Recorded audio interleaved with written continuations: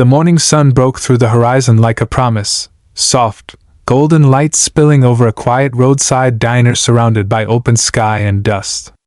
Inside, coffee steamed in chipped mugs, bacon sizzled on the griddle, and the low hum of engines lingered just outside. A pack of Hell's Angels bikers had stopped for breakfast, rough men in leather and patches, their laughter echoing off chrome and glass. They looked like trouble, the kind of men mothers warn their kids about. Tattoos, scars, cold eyes. But sometimes the ones who seem hardest on the outside are the ones who still remember how to care. It happened in seconds. A piercing cry cut through the morning calm, desperate, terrified. Every conversation died. Every engine fell silent. Across the parking lot, a tiny figure in a red dress came running, her boots sliding on the pavement, her face streaked with tears. She couldn't have been more than 6. "Please!" she screamed, pointing back toward the road, her voice cracking. "They're hurting my mama! Please, somebody help her!" The world froze. A few truckers turned their heads. No one moved. No one, except one man. If you believe in kindness, in second chances, in people who still step up when the world looks away, then what happened next will remind you that heroes don't always wear badges. Sometimes they ride Harleys. Mason Cole stood from his stool, the sunlight catching the red and white Hell's Angels patch stitched across his back. He'd been called many things in life: outlaw, sinner, lost cause, but never hero. That morning, though, something in the girl's cry hit him deeper than any sermon ever could. He walked toward her slowly, boots crunching on gravel, lowering himself to one knee. Hey, he said softly, his voice deep and gravelly but careful, like he didn't want to scare her more. "Where's your mama, sweetheart?" The little girl trembled, gasping between sobs. "Down there, the trailer's by the trees. He's hurting her, please hurry." Mason's jaw tightened. He didn't ask another question. He just turned. "Tank rider with me." 2 of his brothers rose immediately. No hesitation. They weren't saints, but they knew loyalty, and they knew what Mason's tone meant.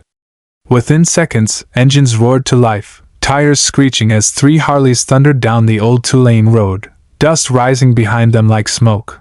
The other bikers stayed behind. One of them, an older man called Bear, gently wrapped his leather jacket around the trembling girl and carried her inside. She sat by the diner window, tiny fingers clutching the edge of the seat, watching the road where the red taillights vanished. Her name, she whispered through tears, was Hannah. 5 minutes later, the quiet diner heard it, shouting, crashing, the sound of rage meeting resistance. Mason and his brothers had found the trailer. The door was half open, a woman's cry echoing from inside. Mason didn't knock. He kicked the door so hard it flew off the hinges. Inside, a man stood over a woman cornered against the wall, his face twisted in fury, a bottle raised in his hand. The woman's lip was split, one eye already swelling. Before the blow could fall, Mason grabbed the man's wrist mid-swing, twisting until the bottle shattered against the floor.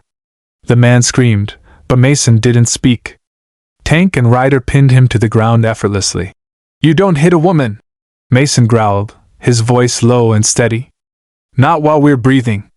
The woman, Carla, collapsed to the floor, shaking, sobbing uncontrollably. Mason knelt beside her. "You okay, ma'am?" She nodded weakly, clutching her ribs. Tears streaked her bruised face. He just showed up. I thought he was still in jail." Outside, sirens began to wail faintly in the distance. Someone had called the cops.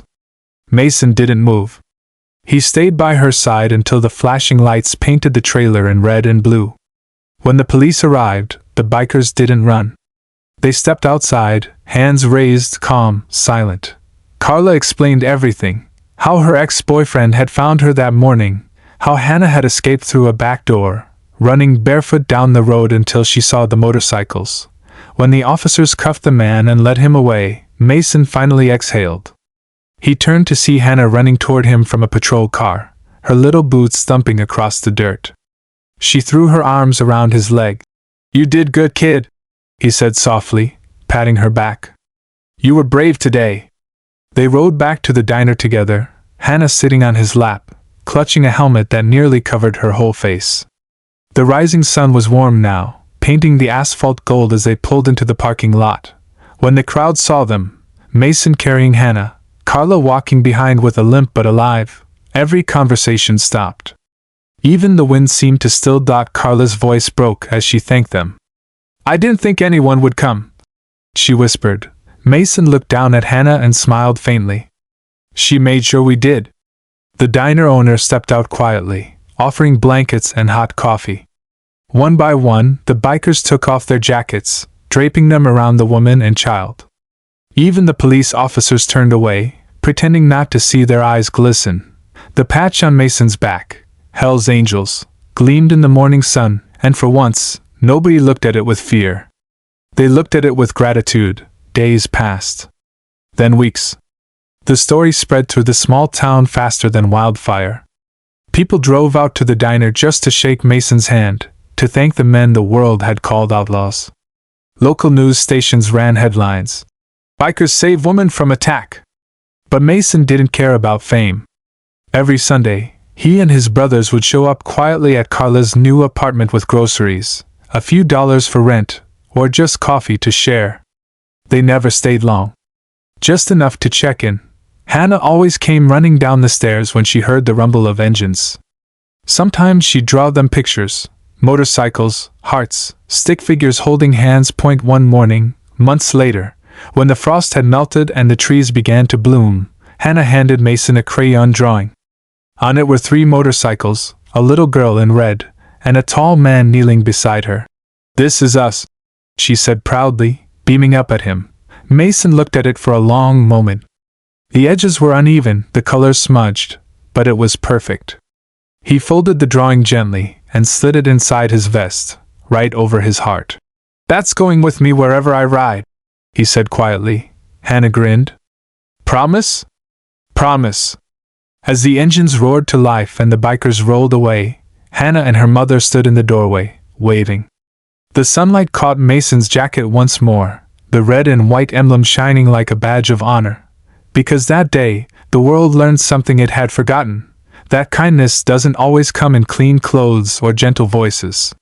Sometimes it wears leather. Sometimes it has scars. Sometimes it rides a Harley down a dusty road at sunrise. And sometimes, the toughest hearts hide the deepest kindness. If this story touched your heart, please like, share, and subscribe to Kindness Corner. Because in a world that too often looks away, there are still people who stop, listen, and ride toward the cries that others ignore.